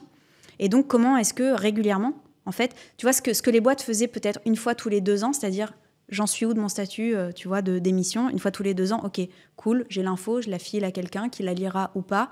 Mais là, en fait, vu que, si tu veux, il faut vraiment se dire, il faut que je décarbone, il faut que je transitionne vers une économie bas carbone, je dois suivre régulièrement. Faire un suivi régulier, c'est ce que tu fais finalement avec tes états financiers, avec ton contrôle de gestion interne. Tu dois en fait regarder régulièrement où tu en es de tes données extra-financières. La loi dit quelque chose pour ça ou pas? Carbone. Parce qu'en fait, aujourd'hui, alors, je vais essayer d'utiliser la bonne expression, mais est-ce que du coup, ça apparaît du coup comme un nice to have? Mais alors, du coup, je suppose que c'est un must to have, mais pourquoi en fait? C'est pour en fait, si à un moment donné, tu as une notation qui te dit que tu es à X, est-ce qu'à un moment donné, la loi t'impose d'être à Y ou quoi? En fait, et que du coup, l'outil en fait, ce qu'il faut comprendre, c'est que tu as maintenant, tu vois, des cadres réglementaires qui vont plus loin que juste le fait de reporter. Ils te demandent de montrer un plan de transition que tu vas pouvoir suivre, tu vois. Donc tout ça, ça veut dire que tu es en train de parler d'un projet de data, quoi. Tu vois, c'est un projet de data, tout ça. Et donc, en fait, vous êtes dans le bon momentum en fait, moi, je suis dans... je fais partie de ta boîte à outils. Je ne suis que... Moi, je reste à ma place d'éditeur de logiciels. Je travaille avec des partenaires, tu vois, des gros partenaires, des Capgemini, des KPMG, des EY, etc. Mais je travaille aussi avec des plus petits partenaires intégrateurs, etc. N'empêche que... je ne suis que éditeur de logiciels et je le fais bien, tu vois. Je ne fais pas le café, je ne fais pas autre chose que ça. Ouais. Et je suis finalement je sweep et la stratégie technologique dans la stratégie climat d'une boîte, tu vois. Je suis l'élément, je suis la stratégie, le tooling techno qui est nécessaire dans ta réflexion, dans ta grande stratégie climat, dans ta grande transition vers une économie bas carbone que toutes les entreprises doivent opérer. Et elles doivent l'opérer parce que oui, tu as un couperet réglementaire qui est chahuté en ce moment, mais de toute façon, il y a d'autres frameworks, d'autres cadres réglementaires qui sont en train qui sont dans le reste du monde aussi. Et de toute façon, tu as un couperet réputationnel. Bien sûr. Et même quand tu fais l'état des lieux, on va dire même une fois par an ou une fois tous les 2 ans, toutes nos boîtes, on fait tous partie d'une chaîne de valeur. On est tous le fournisseur de quelqu'un, si tu veux. Et donc, quand un plus grand donneur d'ordre est sous un couperet réputationnel réglementaire plus costaud, forcément, il va cascader une espèce de besoin de travailler avec les gens les plus vertueux possibles sur des sujets ESG, surtout carbone, c'est vrai que c'est ce qui parle le plus, mais sur le reste de l'ESG. Et donc, en fait, si tu veux, tu as le plus petit donneur d'ordre, le plus petit donneur d'ordre, en fait, qui va dealer, va faire de la tractation, va contracter, si tu veux, avec qui il va préférer ce fournisseur-là ou ce fournisseur-là, en fait. Il y en a un qui est capable de dire, moi, je sais où j'en suis de mon carbone, l'autre, rien à tanker, et puis de toute façon, on verra ça plus tard. Mais quand toi, tu sais qu'en tant que propre client en tant que propre fournisseur de ton client du dessus, Si dans ta chaîne de valeur, tu embarques des gens vertueux versus des gens qui font n'importe quoi, Ok. tu sais que toi-même, tu gagneras pas forcément l'appel d'offres ou le RFP. Donc, tu vois, il y a tout cet aspect cascade qui est intéressant. Et nous, en fait, on a voulu équiper tout de suite les grands donneurs d'ordre, enfin, ceux qui ont qui sont les grands agents du changement, finalement, pour cet aspect cascade qu'ils sont obligés d'opérer. Et après, à nous, la technologie, de masquer la complexité et pour ces gens-là, et pour la chaîne de valeur qui va aussi utiliser du sweep en cascade.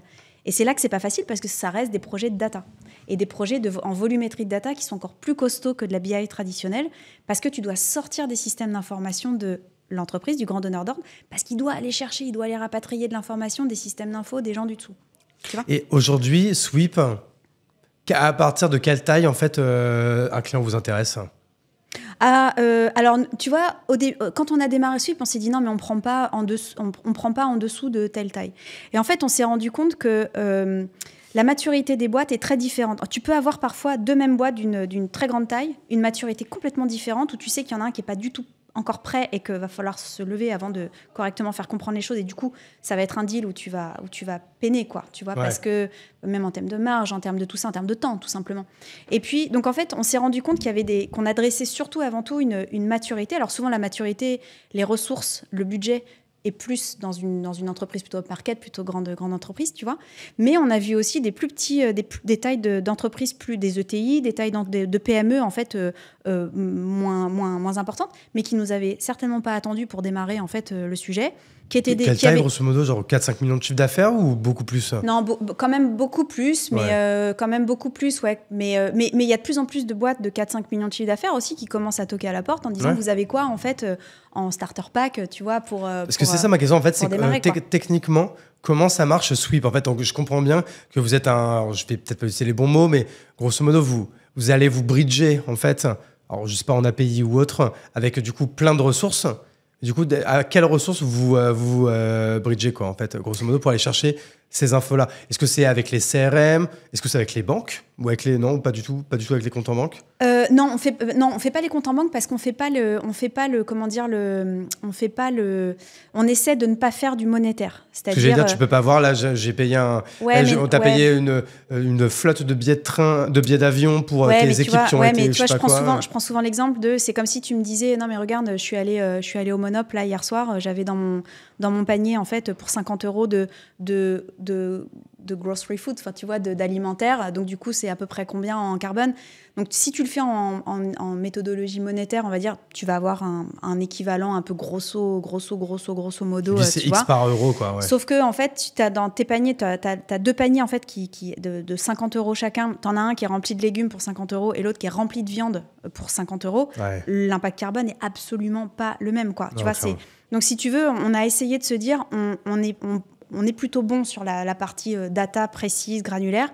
Allons faire l'exercice précis. Triturons-nous le cerveau pour faire que l'exercice soit précis et aller chercher les pixels de data qu'il y a dans les systèmes d'information des entreprises. Elles ont déjà toutes les infos, les entreprises. Donc comment tu fais, du coup? Tu vas sur quelles infos tu récupères et comment tu peux récupérer, par exemple, de ce qui va transiter dans des logiciels de lignes de production, par exemple. Tu vois, on travaille beaucoup avec les manufactures, enfin, tu vois, avec vraiment l'industrie lourde aussi.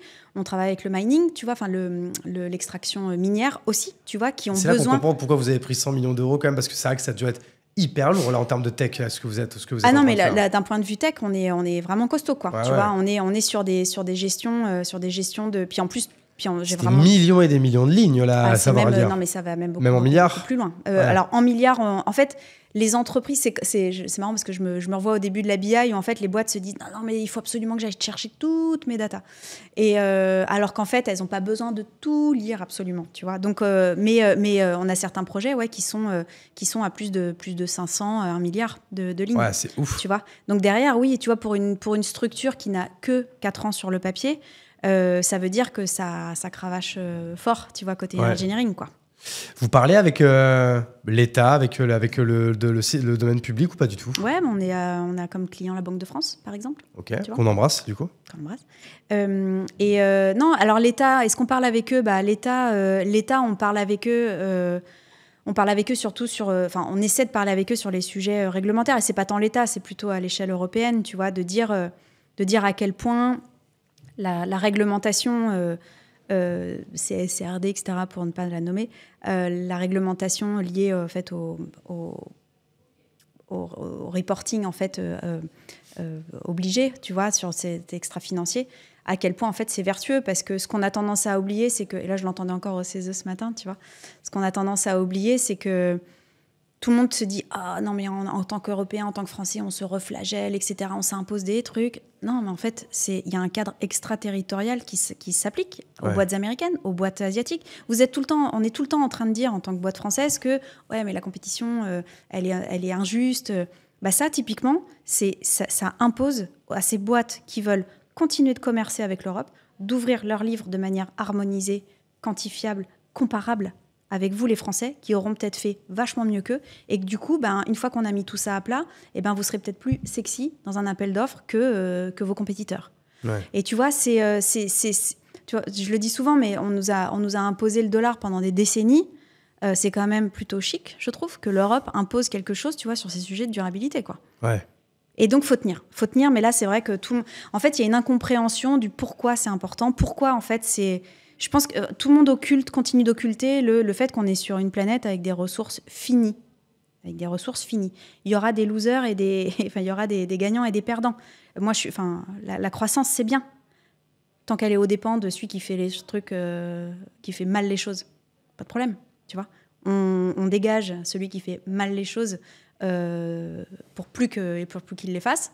Et le gagnant est celui qui croit, donc oui, qui va continuer d'émettre, mais qui va continuer d'émettre de la bonne manière, et beaucoup moins que celui qui... On ne peut pas arrêter le monde du jour au lendemain, j'aimerais, mais c'est pas comme ça que ça marche. Tu vois, le concept de croissance, oui, en fait, mais aux dépens de ceux qui font les choses mal pour la planète aujourd'hui. Et c'est regardable aujourd'hui, c'est quantifiable, tu peux le comparer, pourvu qu'on mette un système en place qui permet de le comparer, et le plus vite possible. Enfin, tu vois... regarde ce qui s'est passé à Valence, tu vois, on parle de... J'étais avec un assureur ce matin là, qui me disait... on est à plus de 47, voire encore plus, parce qu'il me dit, est-ce que les journaux disent, et puis est-ce que nous, on voit dans les comptes, mais on parle de 47 milliards, en fait, qui sont nécessaires juste pour de la reconstruction. Ouais. Tu vois, qu'est-ce qu'on aurait pu faire avec ces 47 milliards-là si on les avait mis au pot de l'adaptation de base, tu vois. Mais ça, si t'es pas en capacité de mesurer ton action, si t'es pas en capacité de montrer que...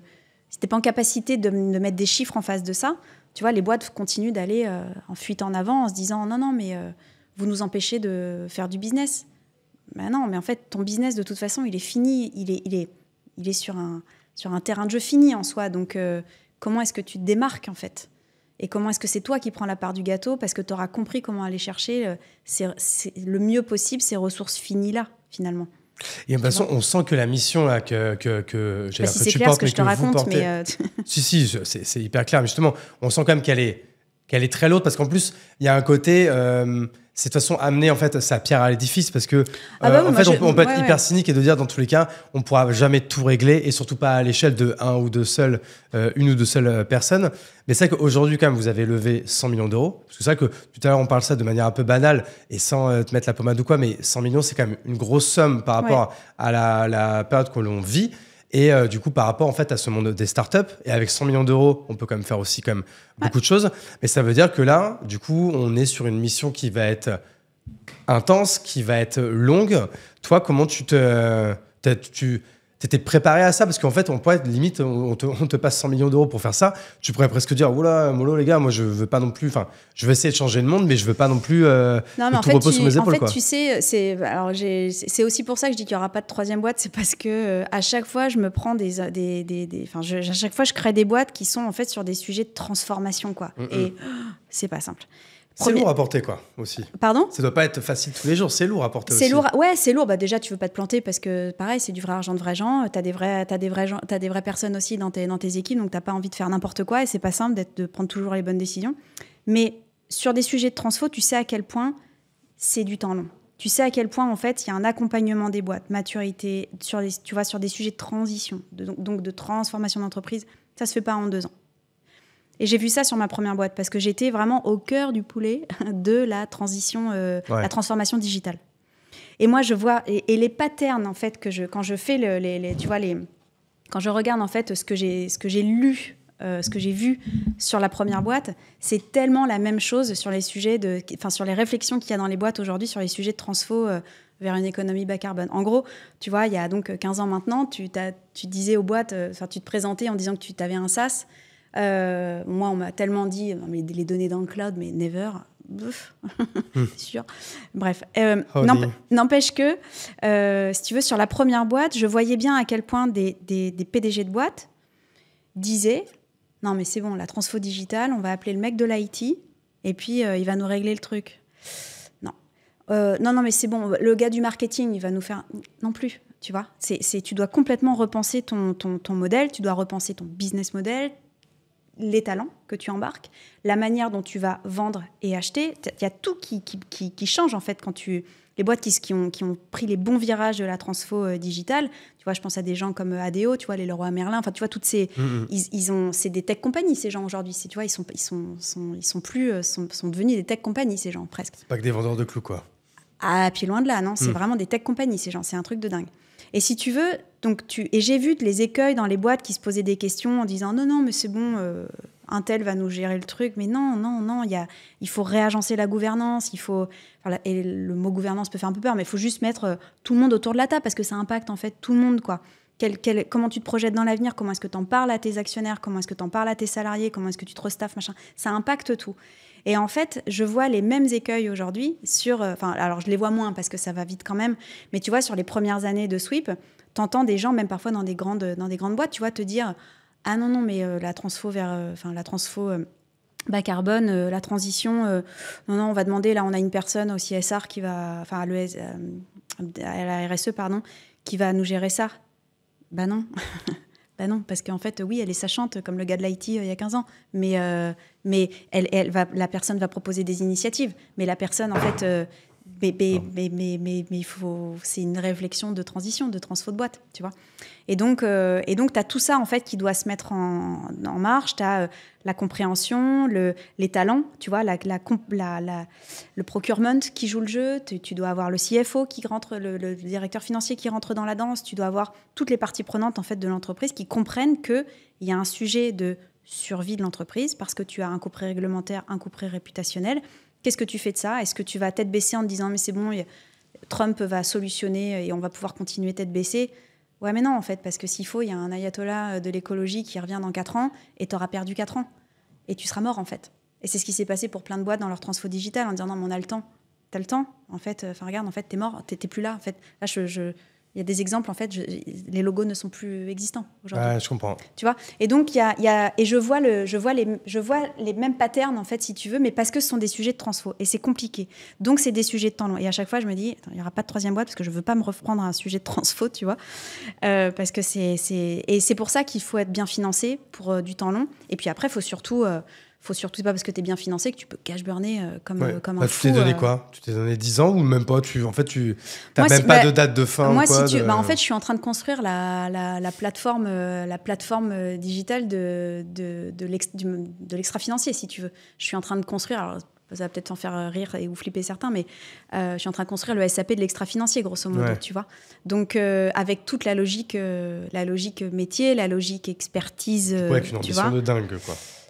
Ah bah oui. Tu peux pas faire ça sans ambition, sans quoi. Et puis surtout, j'ai appris, tu vois, quand j'ai fait partie de cette première vague de SaaS entrepreneurs, mais c'est magique, le monde est à toi, en fait. Tu as une zone de chalandise de malade. On était à Montpellier, dans les chambres d'ados, tu vois, de la maison qui nous hébergeait, et tu as des clients américains.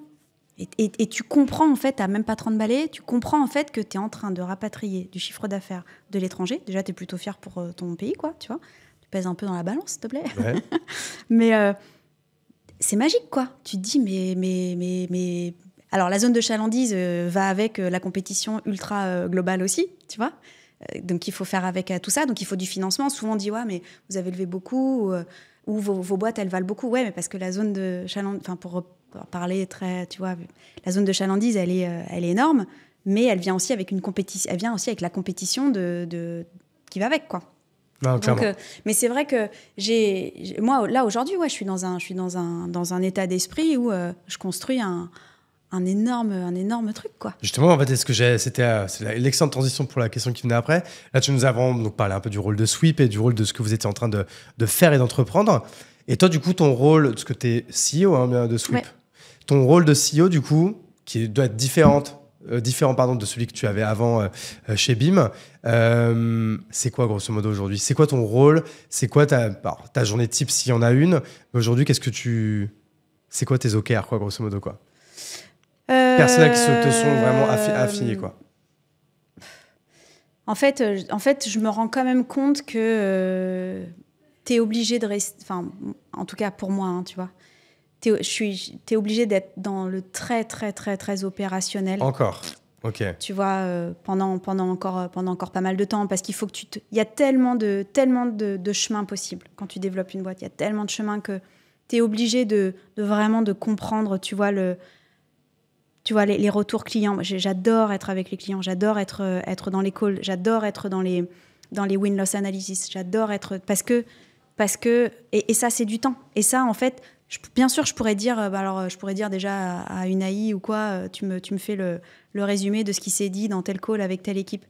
Non, j'ai besoin de... Tu vois, c'est du temps opérationnel, passer avec les équipes, c'est du temps de mise en place du légal, c'est du temps de mise en place de compréhension de sales ops, c'est du temps de... T'as encore besoin d'être très opérationnel. Alors moi, je sais que c'est pareil, je suis peut-être un peu trop âgée pour ça, je sais pas. Je sais, non, mais tu vois, il y a le côté, j'ai parfois des investisseurs qui me disent mais pourquoi t'as toujours pas un chief of staff? Mais en fait, je préfère. À 150 personnes, t'en as pas? Non. Ah, il faudrait quand même, non? Bah non. En fait, je préfère mettre cet argent-là sur un super ingé, quoi. Oui, mais si tu peux avoir les deux. En l'occurrence, tu fais des choix et tu te dis que c'est encore ton rôle que de faire un max. Donc c'est toi qui recrutes tout le monde là? C'est moi qui... Alors, j'ai des équipes HR, tu vois, après ça Bien sûr, dépend, mais c'est toi qui fais toujours le dernier entretien? Je fais toujours... Alors, pas tous les entretiens, très clairement, parce que j'ai aussi des équipes de managers maintenant qui sont en capacité de les faire tout seul. Mais non, je suis dans les process de recrutement, je suis dans les... je dors... j'essaie de bien dormir parce que c'est la clé de voûte, mais je travaille beaucoup, très clairement. Mais je pense que c'est comme ça que tu bâtis un succès. Il faut que tu aies... Et il ne s'agit pas de faire du micromanagement. Hein. Surtout, j'en fais très peu. De toute façon, mes équipes te diront que j'en fais pas, assurément. Mais c'est très important c'est très, très important de voir tout ce qui se passe, tu vois, que le client il dit quoi. La compétition dit quoi, mais il ne faut pas trop écouter la compétition parce que tout le monde raconte tout et n'importe quoi. Donc... mais tu vois, faut les tendances, tu vois, qu'est-ce qui se passe aux États-Unis? Comment est-ce que j'ai réussi à vendre ça? Et en fait, non, moi, les OKR, les OKR, c'est compliqué d'en mettre en place, je trouve, pour les premières années d'une boîte, parce que tu vas mettre un gros chiffre de, voilà, il faut qu'on atteigne tel chiffre d'affaires, etc. Après, comment est-ce que tu déclines le truc par A plus B jusqu'à Z? Franchement, sans déconner, il y a toute l'année, tu vas découvrir, même jusqu'en novembre, une manière peut-être de faire. Donc, il faut arrêter avec ces trucs. Mais c'est bien, évidemment, il faut bosser avec des objectifs, on est tous d'accord. Et puis après, c'est vrai que année après année, tu vois, quand la boîte commence à bien grandir, tu sais de plus en plus comment tu es bon, ce que tu veux, enfin, ce sur quoi tu veux surinvestir, parce que tu sais que ça a marché. Et là, tu as vraiment une petite litanie d'OKR, de sous-OKR, tu vois, qui vont avec. Ouais. Mais avant, enfin, je veux dire, déjà, va vendre et puis on verra quoi. Donc voilà, mais non, est-ce que je fais des choses différemment? En fait, la vraie différence que j'ai entre la première et la deuxième boîte, c'est que ma vie matérielle personnelle est très différente. C'est-à-dire que je n'ai pas le souci dans ma tête de savoir comment je vais payer mon loyer, comment je vais payer ma nounou. Ça fait une énorme différence. Clairement. Ça fait une énorme différence parce que j'ai pas cette espèce de truc là, tu vois, qui tourne en me disant tu vas toujours pas pouvoir partir en vacances, ou tu peux pas offrir tel cadeau, ou tu vois, c'est... ouais, c'est vrai que ça, c'est difficile à expliquer. C'est pénible parce que, en plus, à un moment donné, tu te vois en bête de somme. Tu te dis, mais en fait, je cravache. Mais pourquoi je cravache, en fait? Tu vois, je retourne bosser dans une boîte avec un salaire, quoi.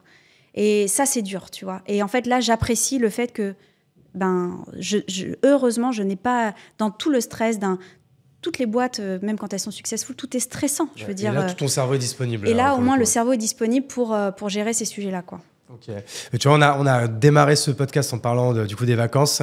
Du coup, on va le clôturer également avec une question de productivité. Aujourd'hui, alors, pas encore une fois pour caricaturer, mais tu disais, je bosse beaucoup. C'est quoi une journée, semaine type pour toi aujourd'hui? Alors, encore une fois, en caricaturant, juste pour comprendre en fait comment... est-ce que t'es freestyle, t'es en flux tendu, tu choisis au fur et à mesure, ou est-ce que toi, t'es quand même du genre à plutôt beaucoup planifier à moitié, enfin... C'est quoi à peu près? Comment tu t'organises un peu là-dessus? Alors, la semaine où je suis... En fait, mes équipes ont beaucoup la main sur mon agenda. C'est-à-dire qu'en fait, elles se servent prennent des quand créneaux. même. Tout ce qui est 101, etc., avec les équipes, tout ça, en fait, c'est planifié depuis très longtemps et sur toute l'année. Sur toute l'année. Après, en fait, elles savent qu'elles peuvent me solliciter pour des... En fait, alors, elles me remplissent mon agenda à l'avance et elles peuvent me le remplir vraiment sur les sujets clients, sur les sujets partenaires, parce qu'on est très orienté partenaire chez Sweep. Donc, en fait, mes équipes ont le droit, si tu veux, de surenchérir en disant non, là, j'ai besoin de Rachel. Elle m'envoie dans des événements, elle m'envoie dans des oraux de RFP. Tout ça, je les laisse, en fait, comment dire, alors, parfois j'arbitre, évidemment, mais c'est important qu'elles sachent que je suis disponible pour elles. Parce qu'il y a des signatures, en fait, qui sont importantes, parce que tu vois la CEO, etc. Donc, il est hors de question de leur faire une espèce de règle ad vitam aeternam sur l'année, genre, vous n'avez pas le droit de me contacter le jeudi, vendredi ou je sais pas quoi. Non. Non. Mon rôle, c'est d'être dispo pour eux. Je travaille pour eux, en fait. Et il faut travailler pour ces équipes. Enfin, tu vois. Ça, j'aime beaucoup cette phrase. Je travaille pour mes équipes. Ce n'est pas l'inverse. Ouais. Et donc, il y a cette disponibilité. De la semaine où je suis à Paris, et quand je suis à Paris ou Londres, je suis en garde alternée, évidemment. Donc, la semaine où je suis à Paris-Londres, en fait, si tu veux, j'oscille entre... ils me positionnent et ou sur des events, et ou sur des oraux, etc. Et puis, la semaine où je suis à Osgore, c'est vrai que c'est une semaine, du coup, qui est remote. Plus pour les enfants. Qui est remote. Alors, plus pour les enfants, bon, l'école reste là. Enfin, tu vois, tu as toujours les mêmes sûr, créneaux, mais n'empêche que cette semaine-là, si tu veux, forcément, il y a plus de temps sans être dans les métros, les machins, les trucs, tu vois. Il y a plus de temps aussi dédié à tout ce qui est réflexion plus stratégique, à réflexion plus long terme et temps passé aussi avec mon staff, avec mes cofondateurs, tu vois. Il y a plus ce temps-là, quoi. Okay. Et ça, c'est chouette. Et plus de travail de fond, quoi. Plus de travail de fond. Mais qui équilibre bien, finalement. Parfois, c'est difficile d'être en remote comme ça une semaine sur deux, parce que c'est quand même très fatigant. Mais finalement, je pense que, tu vois, il y a une bonne allocation, finalement, de la qualité de travail et de ce que tu veux en ressortir. Après, je m'impose pas. Je suis pas une maniaco des to-do ou des... Enfin, je suis pas une maniaco tu vois, de la gestion exacte. Ça prend tellement de temps déjà de monitorer tout ça, tu vois, que je me dis, vas-y, détends-toi, quoi. Tu vois, toi qui es une obsédée des data, tu pourrais fais quand au même. mieux. Ouais, mais tu vois, non, déjà, il y a 2-3 outils qui te permettent de regarder quand même, grosso modo, ce que tu as fait dans ta semaine. Mais surtout, t'es à 4 ans de boîte, je veux dire, il y a de l'imprévu tout le temps. Ouais. On n'a pas de rétro dans lequel on regarde, tu vois. On n'a pas de legacy, d'historique, tu vois. Il y a notre expérience à nous. On est la core team, en fait, d'ingénieurs et fondateurs. Ça fait 15 ans qu'on bosse ensemble, donc on a beaucoup de réflexes ensemble, de trucs qu'on a fait comme conneries auparavant, où on se dit, non, attention là. Mais n'empêche que sur ce setup-là, sur cette industrie, sur ce marché, on n'a pas des rétros dans tous les sens qui disent « Ah, attention, ça, faut pas ». Donc, si tu veux, tout est quand même... tout doit être opportunistique, très clairement. Bien sûr, tu vois, sur une stratégie qu'on s'est donnée, tu vois, mais les tactiques, elles sont tout le temps... tu vois, c'est vachement malléable, quoi, tout ça. Clairement, ouais. Et il faut accepter d'eux, quoi, tu vois, faut accepter de... Alors après, ça vient avec... c'est vrai que, tu vois, je bosse le dimanche, quoi, très clairement. Je bosse le dimanche. Ouais, non, mais écoute, ça, on est beaucoup, en fait, aussi à le faire. Pour absorber l'admin de base, pour le coup. Ouais, clairement. Ouais. Écoute, merci beaucoup, en tout cas, Rachel, parce que du coup, il va falloir que je te libère, parce que du coup, dans 10 minutes, il est 16h. En tout cas, merci. On a fait un long épisode.